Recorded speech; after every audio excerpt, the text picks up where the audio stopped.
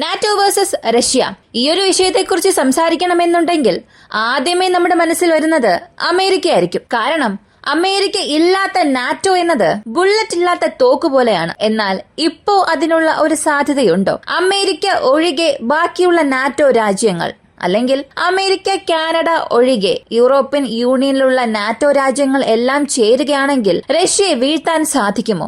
അതിനുള്ള സാധ്യതയുണ്ടോ? അല്ലെങ്കിൽ ഇതിന് പുറകിൽ എന്താണ് പ്രശ്നങ്ങളുള്ളത്? കാരണം ഇപ്പോഴുള്ള ടെൻഷൻസ് നോക്കുമ്പോൾ അമേരിക്ക ഇല്ലെങ്കിൽ നാറ്റോ ഒരു സ്ട്രോങ് ആയ സംഘടനയാണോ? റഷ്യയെ എതിർത്ത് അവർക്ക് യുദ്ധം ചെയ്യാൻ സാധിക്കുമോ? അങ്ങനെ യുദ്ധം ചെയ്താൽ ആ യുദ്ധം എത്ര ദിവസത്തേക്ക് നീട്ടിക്കൊണ്ടുപോകാൻ സാധിക്കും? ഇവയെല്ലാം ഈ വീഡിയോയിലൂടെ വിശദമായി അറിയാം.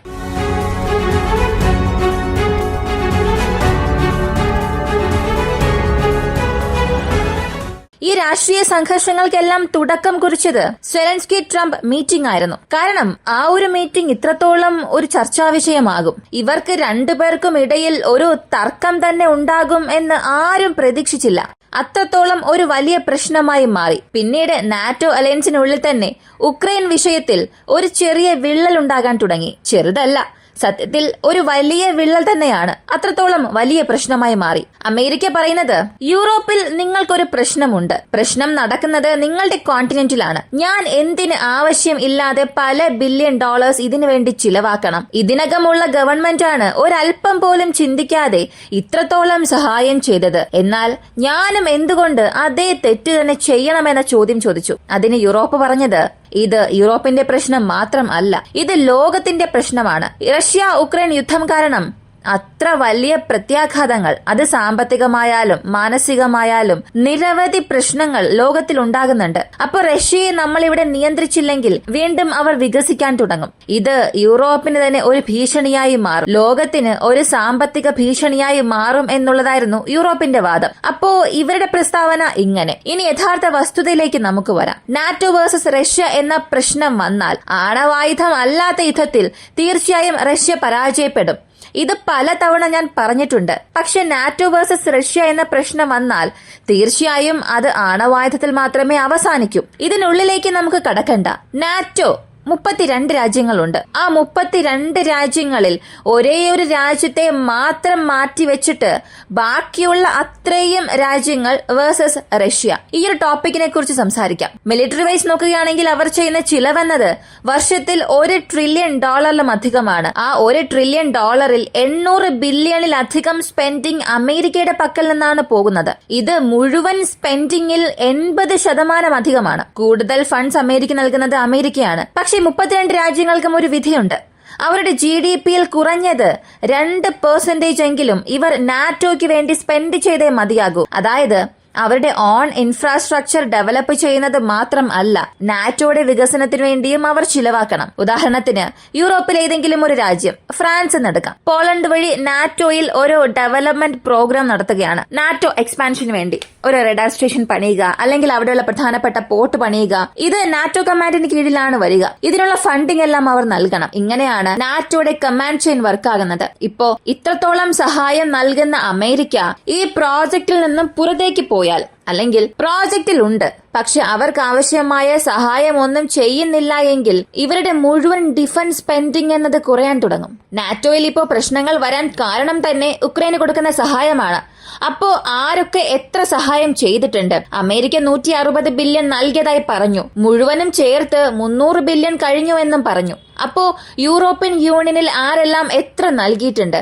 ആ ലിസ്റ്റ് എടുത്ത് നോക്കിയാൽ ജർമ്മനി ഇതിൽ വളരെ ടോപ്പിലാണുള്ളത്. $18 ബില്യൺ ഇതുവരെയും ഉക്രൈന് വേണ്ടി നൽകിയിട്ടുണ്ട്. അടുത്തത് UK.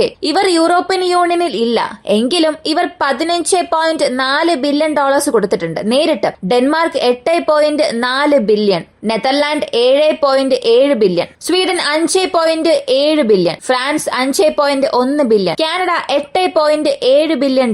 കൂടാതെ യൂറോപ്യൻ യൂണിയനിലുമല്ലാത്ത നാറ്റോയിലുമല്ലാത്ത ജപ്പാൻ $11 ബില്യൺ ഉക്രൈന് ഇതുവരെയും സഹായമായി നൽകിയിട്ടുണ്ട്. അപ്പോ ഇത്രത്തോളം സഹായം അവർ തന്നെ ചെയ്തിട്ടുണ്ടെങ്കിൽ അവർക്ക് സെക്യൂരിറ്റി ത്രെറ്റ്സ് അത്രത്തോളം ഉണ്ടെന്നാണ് അർത്ഥം. കാരണം യൂറോപ്യൻ യൂണിയനിലോ നാറ്റോയിലുള്ള ഏതെങ്കിലും രാജ്യമോ സഹായം ചെയ്യുന്നത് അത് മറ്റൊരു രീതിയാണ്. പക്ഷെ യാതൊരു ബന്ധവുമില്ലാതെ ജപ്പാൻ ഇവിടെ അകത്തേക്ക് വന്നു എന്നുണ്ടെങ്കിൽ റഷ്യ കാരണം അവർക്കും ചില ഭീഷണികൾ ഉണ്ട് എന്നാണ് അർത്ഥം. ജപ്പാന് ഇവർ മാത്രമല്ല ഭീഷണി, നോർത്ത് കൊറിയ കാരണവും പ്രശ്നങ്ങളുണ്ട്. അപ്പോ ഇവർ സഹായം ചെയ്യാൻ അകത്തേക്ക് വരുമ്പോ തന്നെ ഇത് ഒരു വ്യക്തമായ ഗെയിമായി മാറും. റഷ്യക്ക് എതിരായിട്ടുള്ള അത്രയും രാജ്യങ്ങളും യൂറോപ്യൻ യൂണിയനിലുള്ള രാജ്യങ്ങളും വേഴ്സസ് റഷ്യ ഈ ഒരു ഗെയിമിലേക്കായിരിക്കും വരിക. നാളെ അമേരിക്ക അവരുടെ സപ്പോർട്ട് അവിടെ നിന്നും തിരികെ എടുത്താൽ, അതായത് ഞാൻ നാറ്റോയിൽ ഉണ്ട് പക്ഷേ ആർട്ടിക്കിൾ 5 പ്രൊവോക്ക് ചെയ്യുന്നത് പോലെ എനിക്ക് അവിടെ ഒന്നും ചെയ്യാൻ സാധിക്കില്ല. നിങ്ങൾക്കുള്ളിലെ പ്രശ്നം നിങ്ങൾ തന്നെ നേരിടുക. കാരണം പ്രശ്നം നടക്കുന്നത് യൂറോപ്യൻ കോണ്ടിനെന്റിലാണെന്ന് പറഞ്ഞ് അമേരിക്ക പുറത്തേക്ക് പോവുകയാണെങ്കിൽ ഇവരെ കൊണ്ട് എത്രത്തോളം ഈ യുദ്ധത്തെ നീട്ടിക്കൊണ്ടു പോകാൻ സാധിക്കും? ഈ ഒരു കണക്ക് അറിയണമെന്നുണ്ടെങ്കിൽ മുഴുവൻ യൂറോപ്യൻ യൂണിയനിലുള്ള രാജ്യങ്ങളെയും, ഇതിൽ നാറ്റോ രാജ്യങ്ങളെന്നല്ല മുഴുവൻ യൂറോപ്യൻ യൂണിയൻ രാജ്യങ്ങളെയും റഷ്യയും തമ്മിൽ താരതമ്യം ചെയ്യേണ്ടി വരും. റഷ്യ ഉക്രൈൻ യുദ്ധത്തിൽ ഇപ്പൊ വന്ന latest Russian military resources and active സോൾജേഴ്സിന്റെ എണ്ണം നോക്കിയാൽ 12,98,969 പേർ യൂറോപ്യൻ യൂണിയനിലുണ്ട്. എന്നാൽ റഷ്യയുടെ പക്കൽ ആക്റ്റീവായുള്ള സോൾജേഴ്സിന്റെ എണ്ണം അവരുടെ സിവിൽ ലോസസ് എല്ലാം കഴിഞ്ഞ് 10 ലക്ഷം മാത്രമേ ഉള്ളൂ. റിസർവ് പേഴ്സൺസിനെ സംബന്ധിച്ച് മൊത്തത്തിൽ യൂറോപ്യൻ യൂണിയനിൽ ഒരു 17,50,000 പേരും റഷ്യയുടെ പക്കൽ 20 ലക്ഷം പേരുമുണ്ട്. ഇനി ടാങ്കുകളെ സംബന്ധിച്ച് യൂറോപ്യൻ യൂണിയനിൽ 4,377 ടാങ്കുകളും റഷ്യയുടെ പക്കൽ 12,267 ടാങ്കുകളുമുണ്ട്. കൂടാതെ ആർമഡ് വെഹിക്കിൾസിനെ സംബന്ധിച്ച് യൂറോപ്യൻ യൂണിയനിൽ 30,000-ഉം റഷ്യയുടെ പക്കൽ 24,000-ലധികം വാഹനങ്ങളുമുണ്ട്. ആർട്ടിലറിയിൽ യൂറോപ്യൻ യൂണിയനിൽ 6,000-ഉം റഷ്യയുടെ പക്കൽ 18,266-ലധികം ആർട്ടിലറി യൂണിറ്റ്സ് ഉണ്ട്. സെൽഫ് പ്രൊപ്പൽഡ് ആർട്ടിലറീസിനെ സംബന്ധിച്ച് 1965 യൂറോപ്യൻ യൂണിയനിലും 6,443 റഷ്യയുടെ പക്കലുമുണ്ട്. ടോട്ടൽ എയർക്രാഫ്റ്റ്സിന്റെ ലിസ്റ്റ് എടുക്കുകയാണെങ്കിൽ യൂറോപ്യൻ യൂണിയനിൽ 5,300 എയർക്രാഫ്റ്റ്സ് ഉണ്ട്. ഇതിൽ ട്രാൻസ്പോർട്ടർ, റീഫ്യൂലർ വിമാനം, അറ്റാക്ക് എയർക്രാഫ്റ്റ്, ജെറ്റ്സ് എല്ലാം ചേർത്ത് യൂറോപ്യൻ യൂണിയനിൽ 5,300 ഉണ്ട്. റഷ്യയുടെ പക്കൽ 4,418 വിമാനങ്ങൾ മാത്രമേ ഉള്ളൂ. ഹെലികോപ്റ്റേഴ്സ് യൂറോപ്യൻ യൂണിയനിൽ 2,300, റഷ്യയുടെ പക്കൽ 1,600. നാവൽ വെസൽസിനെ സംബന്ധിച്ച് മൊത്തത്തിൽ യൂറോപ്യൻ യൂണിയനിൽ 1,385, റഷ്യയുടെ പക്കൽ 653 ഉണ്ട്. എയർക്രാഫ്റ്റ് കാരിയേഴ്സ് റഷ്യയുടെ പക്കൽ 1 മാത്രമാണ്. യുകെയുമായി ചേർത്ത് യൂറോപ്യൻ യൂണിയനിൽ 3 ഉണ്ട്. ഇവിടെ ഞാൻ യുകെയും ചേർത്ത് പറയാൻ കാരണം യൂറോപ്യൻ യൂണിയനിൽ യുകെ ഇല്ല. എന്നാൽ അവരുടെ എയർക്രാഫ്റ്റ് കാരിയറും ചേർത്ത് മൊത്തത്തിൽ യൂറോപ്യൻ യൂണിയനിൽ വെറും 3 എയർക്രാഫ്റ്റ് കാരിയേഴ്സ് മാത്രമേ ഉള്ളൂ. ഡെസ്ട്രോയേഴ്സിൽ യൂറോപ്യൻ യൂണിയനിൽ 17 ഉണ്ട്, റഷ്യയുടെ പക്കൽ 14. ഇങ്ങനെ ഈ ലിസ്റ്റ് ഒരുപാട് നീണ്ടുപോകും. ഇപ്പോ മിലിറ്ററി വൈസ് നോക്കുകയാണെങ്കിൽ റഷ്യ ആയാലും യൂറോപ്യൻ യൂണിയൻ ആയാലും ഇവർ രണ്ടുപേരും ഏകദേശം സമമായ രാജ്യങ്ങളാണ്. ചെറിയ ചെറിയ മാറ്റങ്ങൾ ഉണ്ടായാലും ഇവർ രണ്ടുപേരും ഏകദേശം ഈക്വൽ ഉള്ള പാർട്ടികളാണ് ഇപ്പോഴുള്ള കറന്റ് ഡേറ്റ അനുസരിച്ച് നോക്കിയാൽ. എന്നാൽ ഇവിടെ റഷ്യയ്ക്ക് ഒരു അഡ്വാൻറ്റേജ് ആയി മാറുന്നത് എന്താണെന്ന് ചോദിച്ചാൽ ഫ്രാൻസ്, യുകെ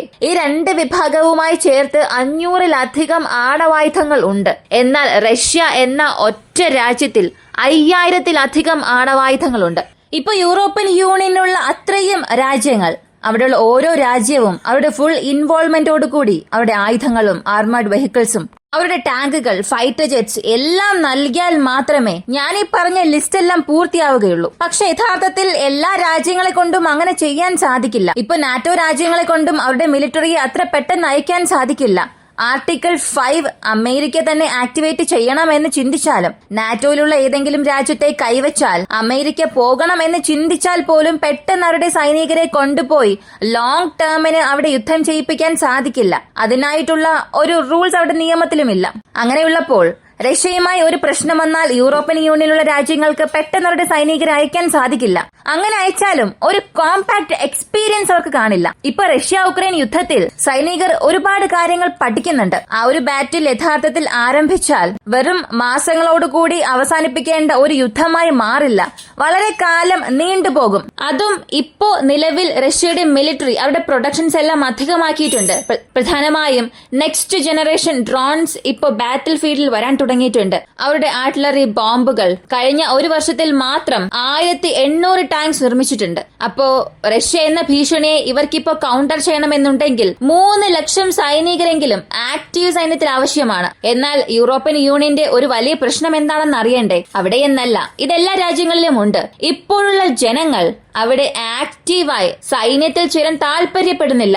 റഷ്യയെ സംബന്ധിച്ച് റഷ്യയുടെ മുഴുവൻ ജനസംഖ്യ നോക്കിയാൽ 146 മില്യൺ ആണ്. എന്നാൽ ഇവിടെ യൂറോപ്യൻ യൂണിയനെ നോക്കിയാൽ ഏകദേശം 500 മില്യണോളം അവരുടെ മുഴുവൻ ജനസംഖ്യയുണ്ട്. ഇത്ര വലിയ ജനസംഖ്യയുണ്ടെങ്കിലും ആ രാജ്യങ്ങളിലെ ജനങ്ങൾ ആരും തന്നെ സൈന്യത്തിൽ ചേരാൻ ആഗ്രഹിക്കുന്നില്ല.